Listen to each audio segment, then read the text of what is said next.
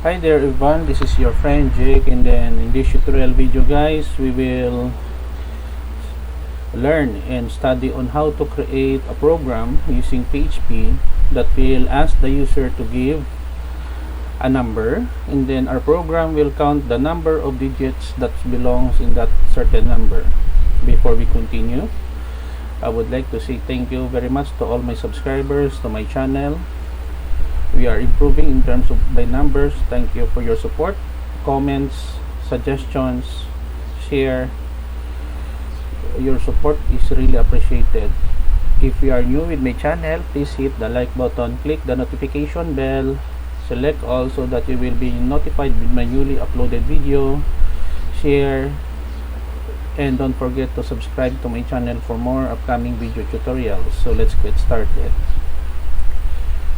I have here the file index.php, so the complete code is around 66 lines of codes.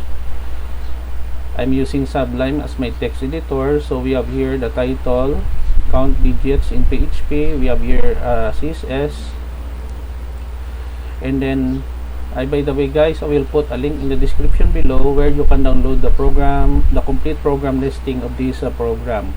So we have here beginning tag, $num values, post num val. If a set $post submit, then it will display the number of digits. I have here a function, count digits. We'll explain that later. And then we have here the clear.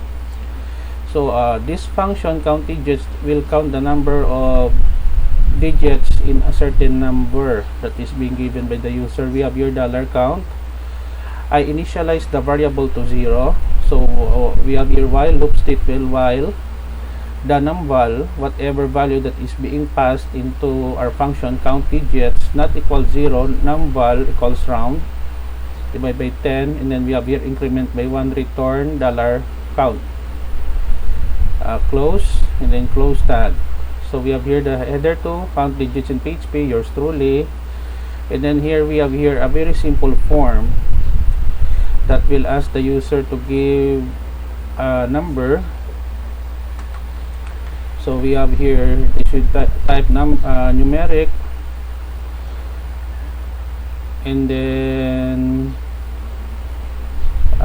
we have here numVal, that is our variable. Autofocus required, meaning it will require the user to give a value, it should not be empty.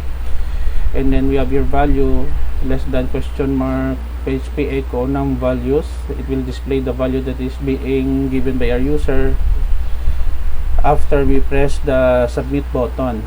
So we have here also the submit button, which is the name submit, which is passed to this in our iset submit. The same thing with the we have here a clear. So we have here the title, so clear, it will clear the values here. So and then we have here display the results. So basically the code is very easy to understand once you have a basic understanding of PHP. So let us run the program. So clear, refresh. Okay, so give a number. Let's say we have here 5678, 5678. So we have 4 digits. When we click the submit button, we have what is that, 4. Okay, we have 5 digits. So clear, 5 6. Click the submit button, we have 6. Earlier there is a problem. So we click the clear button, another value 1978.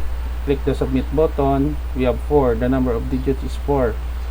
Click clear, 888. Click the submit button, click here to count the digits. The number of digits is 4. Click here to clear the text box. So now the example.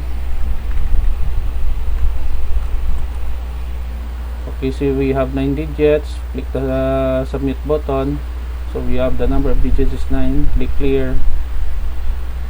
And then we have here 2020. So when we click the submit button, we have 4 digits. when we click this one, it will clear. So when we click the submit button, because it is required, it will display this information. Please fill out this field. It is a command, no, here in HTML5. So click submit. So there are some bugs. Okay.